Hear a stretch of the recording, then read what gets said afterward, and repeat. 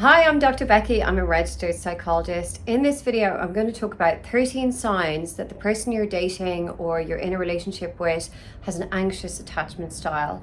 Now, if someone has an anxious attachment style, it usually comes from childhood. So there's definitely going to be experiences with primary caregivers that have fed into this, but also traumatic experiences make it even worse. So you want to try and understand the person's background in terms of their romantic relationships.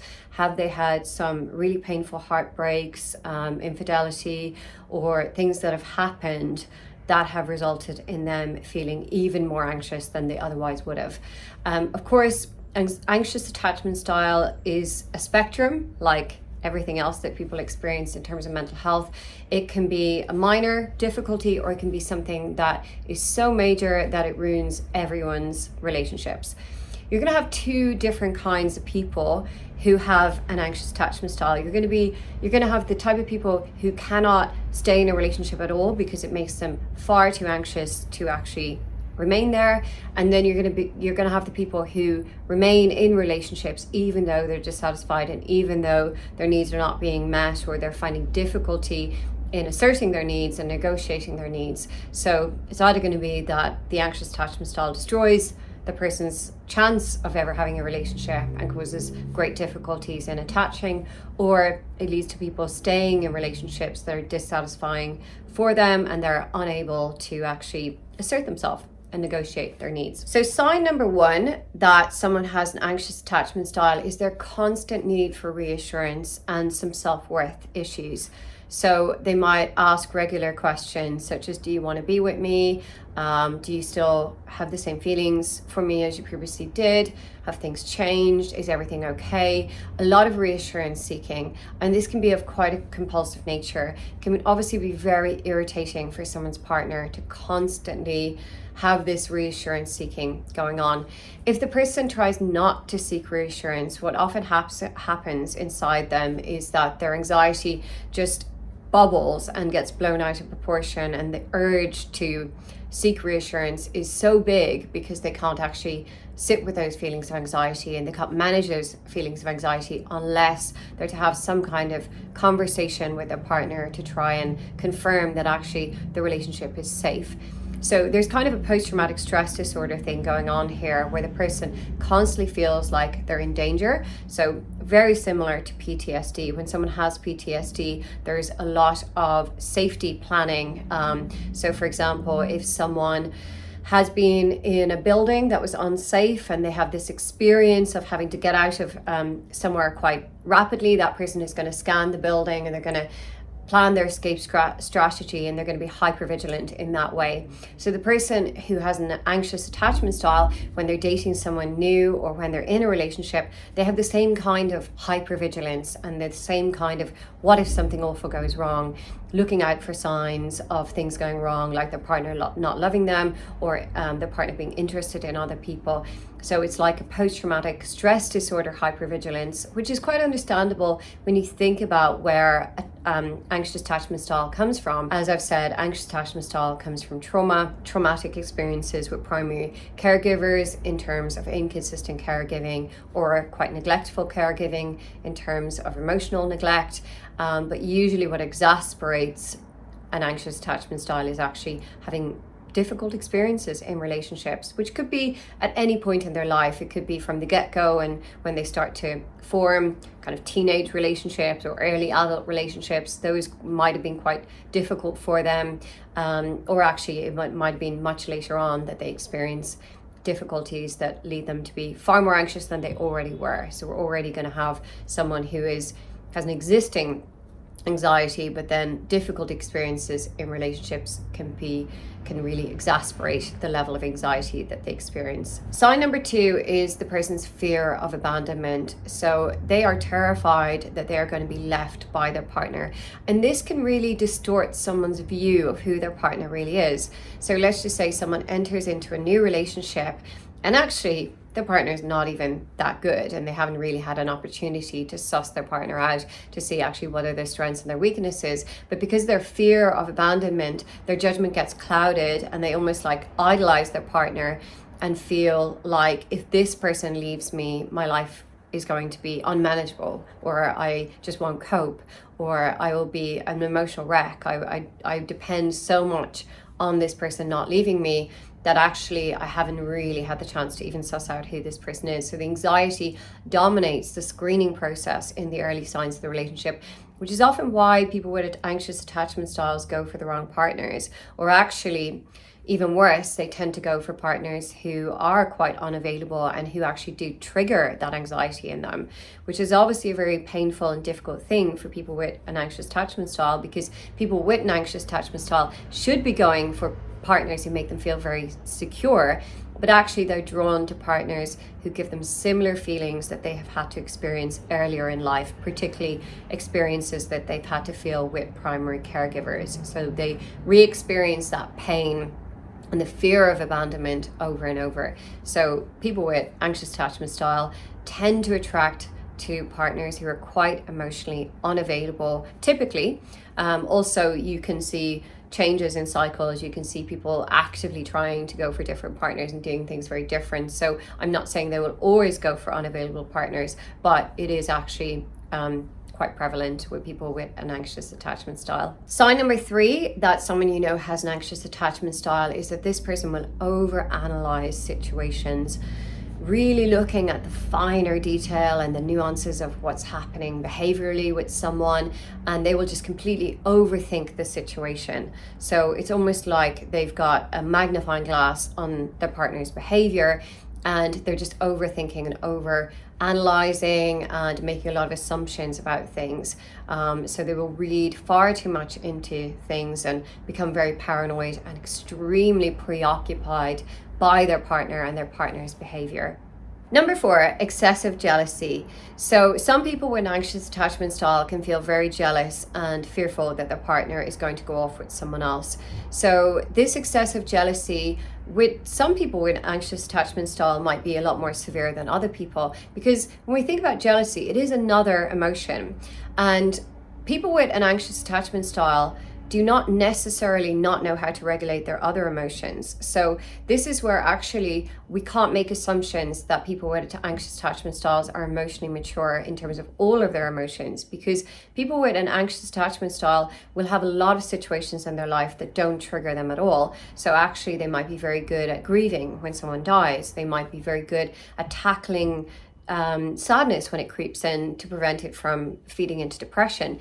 So when you look at the person with an anxious attachment style, you want to actually understand that this is not necessarily an emotionally immature person overall. They might have learned to regulate a lot of their emotions. The emotion they haven't learned to regulate is anxiety, specifically related to relationships.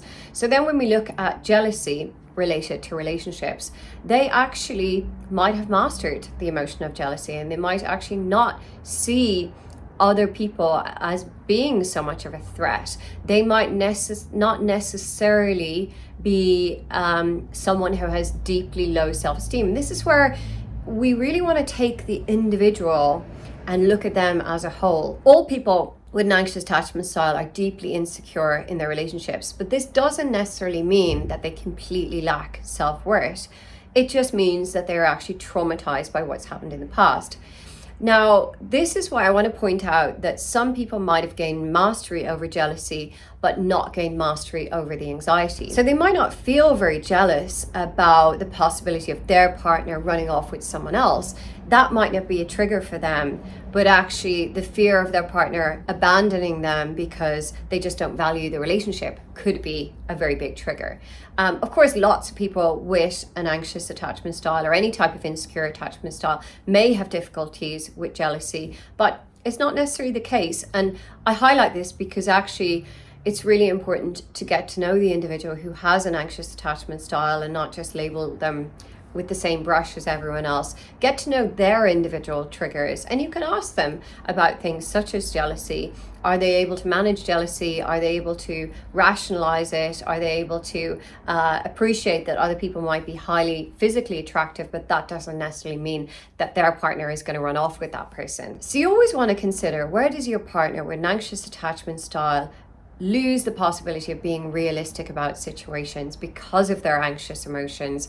And where are they able to actually stay fairly calm and realistic? You always want to think about where are their strengths and focus on those strengths when you can, because there's definitely going to be moments of shame where they become so anxious that they feel embarrassed about their reassurance seeking behavior or their fear that they're going to be abandoned. Number 5 is that someone with an anxious attachment style might struggle with boundaries in terms of giving enough space, and this is particularly related to reassurance seeking and carrying out behaviors that are aimed at trying to bring down their anxiety levels. So you actually might have someone with an anxious attachment style who is very good with boundaries, very respectful of boundaries, and has high awareness of boundaries and always wants to be a kind, reasonable person. But when their anxiety reaches a certain level, where the boundary issues might be is actually just excessive communication. Now, excessive communication is really off-putting for any partner who is dealing with someone with an anxious attachment style. It might even result in the end of a relationship. It can actually be that off-putting. So the issues with boundaries don't necessarily need to be like serious issues with boundaries where people are just doing behaviors that are toxic and just completely unacceptable. It might just be bombardment, and it might just be being too much.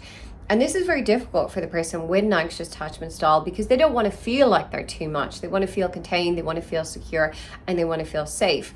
And what we tend to notice with someone who has anxious attachment style is that if they've chosen a secure partner and a partner who can show them a lot of safety and show that they're willing to provide for them emotionally and they're willing to offer them a lot of security, but not too much, not an excessive amount, because you can't enable the person's anxious attachment style. You can't feed into too much of the reassurance seeking behaviors, and that's a fine balance and a difficult balance to get right. But actually, if the person with an anxious attachment style chooses a secure partner for themselves, they will feel less anxious in the relationship, and as a result they will be much better with boundaries, far more respectful, because their anxiety is not getting triggered anywhere near as much as if they were with an insecure partner. So if they're with an avoidant partner, things are going to be really chaotic for this person. They're going to feel so triggered, so abandoned, so anxious. This is a very difficult pairing for someone who has an anxious attachment style. If they're with just an emotionally immature partner who's just not very good at relationships and maybe a bit chaotic themselves, or has difficulties, again, creating that secure foundation of a relationship, then that's also going to be very triggering for someone with an anxious attachment style. So the person with an anxious attachment style needs to be really careful about who they're choosing for themselves as a partner, because what they're going to see is that they are almost like a completely different person depending on who they allow into their life.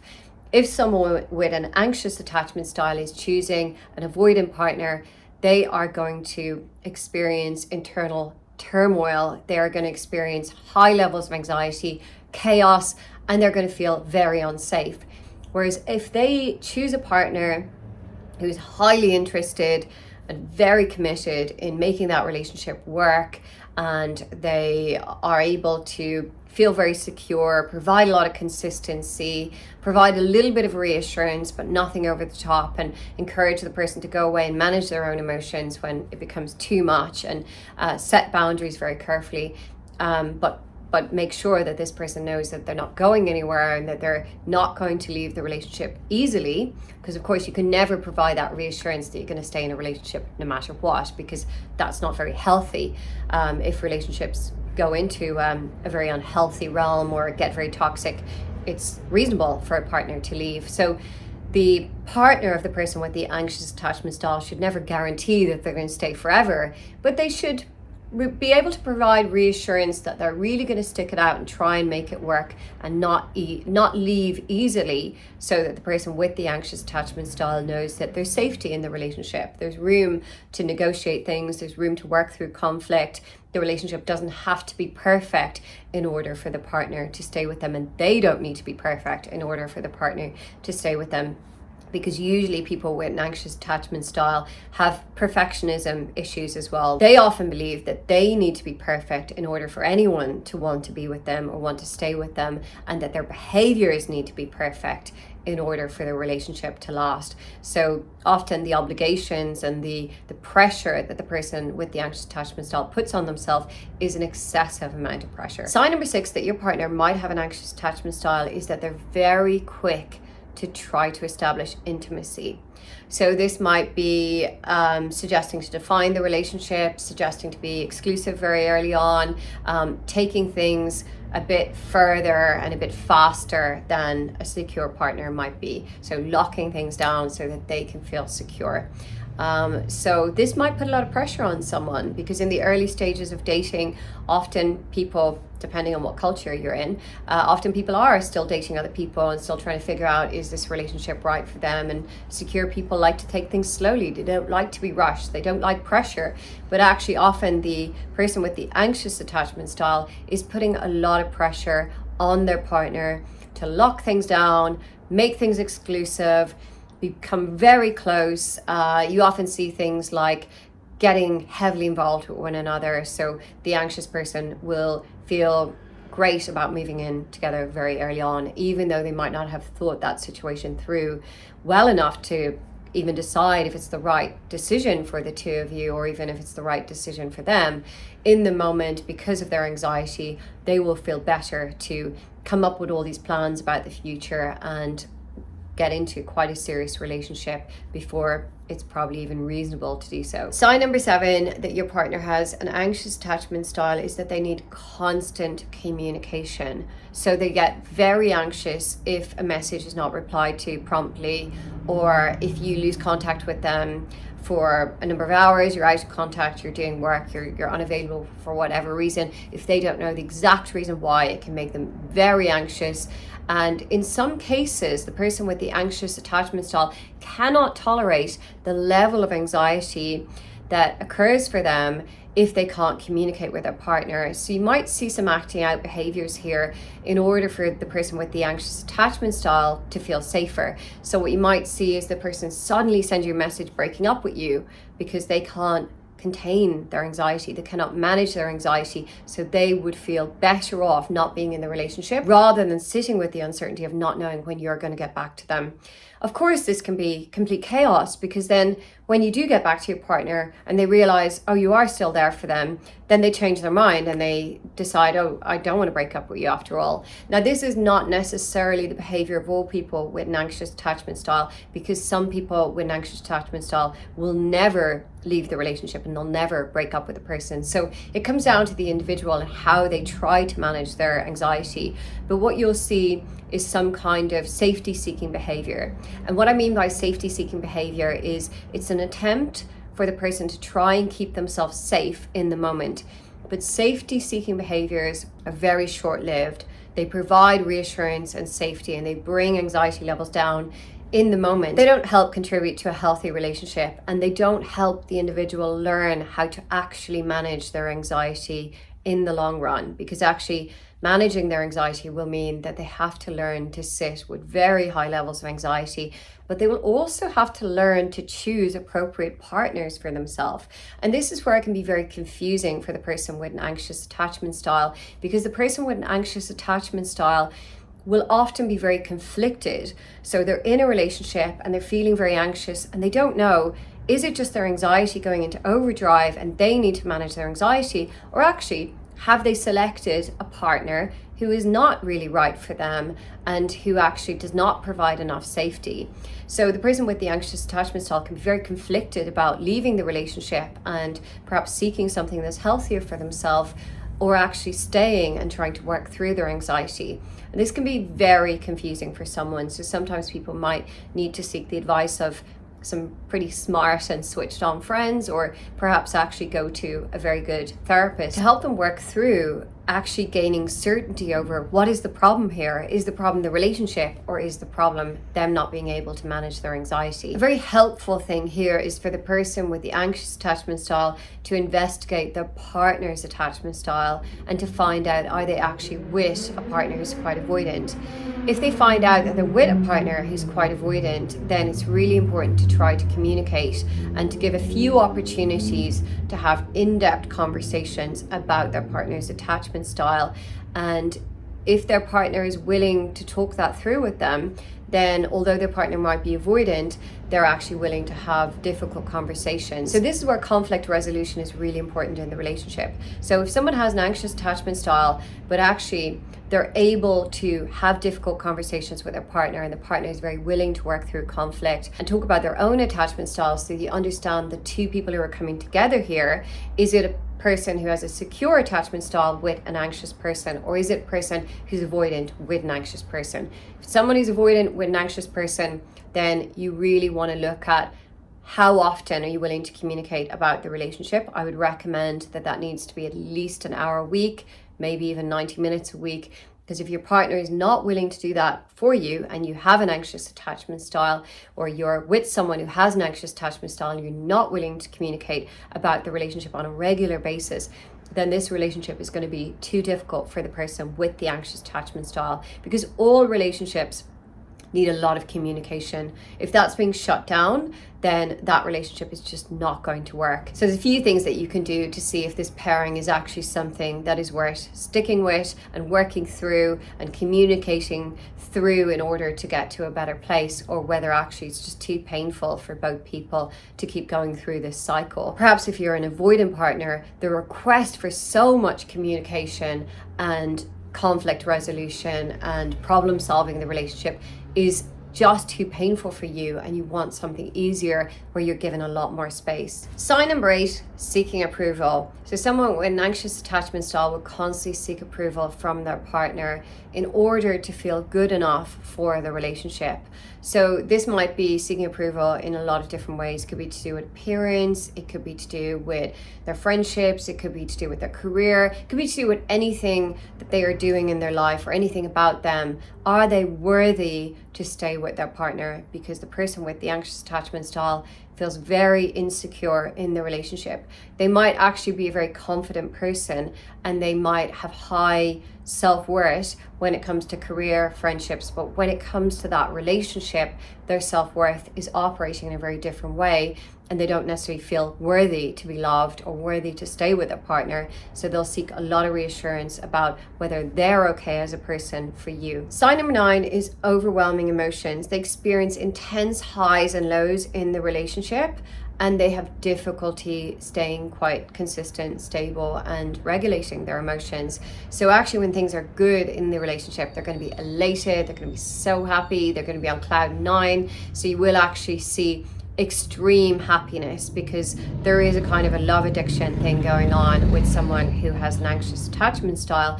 They crave these kind of highs from romantic relationships, and then the lows are very low. They get very anxious that they're going to be abandoned, and they also play out scenarios in their mind that are just not helpful to be playing out. There's often high degrees of paranoia as well, and being very suspicious over their partner at times. Sign number 10, they do post mortems on things that have happened in the past in the relationship. So overthinking things that have happened in the past, being very suspicious, again, overanalyzing things and digging up things that are just not important anymore, probably trying to have conversations about things that they should just let go, because they fear that if they don't pay close attention, that they will miss something. And if they miss something, they can't keep themselves safe. So this is the post-traumatic stress disorder thing creeping in again. They feel that they've been traumatized in the past because they missed something, and if they just keep a closer eye this time, if they become hyper vigilant, then they can keep themselves safer. So this is just like the person who gets mugged in daylight. So the person who gets mugged in daylight, their view of the world before they get mugged in daylight is, when I walk down the street, it's perfectly safe, no one's going to harm me. Then they get mugged in daylight, and they are like, oh my God, I was so naive, how wrong was I? I should have always known that that was dangerous. Now that I know, because I've had that experience, I can keep a lookout, and I'll make sure that never happens again, because that was horrific. It was terrifying. I will protect myself. Same thing with someone who has an anxious attachment style. It's like they got mugged in daylight. So maybe they've been through an experience where there's been infidelity in the relationship, or maybe they've just experienced a lot of pain in childhood where their emotions were not attended to, but they want to make sure that that will never happen again. So they are terrified that someone is going to abandon them, either physically or emotionally, or both. And they want to make sure it doesn't happen again. So originally, a newborn baby is not afraid of abandonment, but things can happen even from day one, or even actually in utero. There is some evidence of that. But pre-verbally, there can be a lot of emotional abandonment that goes on. So for example, the cried out method that was used for a long time with children, where actually babies were just left to cry it out. A lot of those people grew up to establish very anxious attachment styles because their emotions were not attended to. So for a lot of people with an anxious attachment style, they do not have the memories of why they have developed an anxious attachment style, because they don't remember being left to cry it out. But it might be anything from that kind of experience or other experiences with primary caregivers that could have led to an anxious attachment style in the first place. So it's complicated when it comes to pre-verbal trauma, because often the person with the anxious attachment style can't make sense of why they feel so insecure in their relationships, because they don't actually have any memories of being abandoned, but yet they have actually been emotionally abandoned, but they were too young to actually remember. And these are pre-verbal memories. These are memories that are remembered in the body, which is why the person with the anxious attachment style has such physical responses to fearing being left, to fearing being abandoned. The anxiety will often take over their whole body. They can feel it in their chest, they can feel it in their stomach. They cannot concentrate as a result of the fear of being abandoned. So this is really tough, particularly when the memories are mostly pre-verbal. Number 11, they have huge difficulties with trust. So they are terrified of betrayal, and they look for evidence that their partner might not be trustworthy, even when no evidence is actually present. So this is really tough, because often they play this game in their mind of, who is my partner really?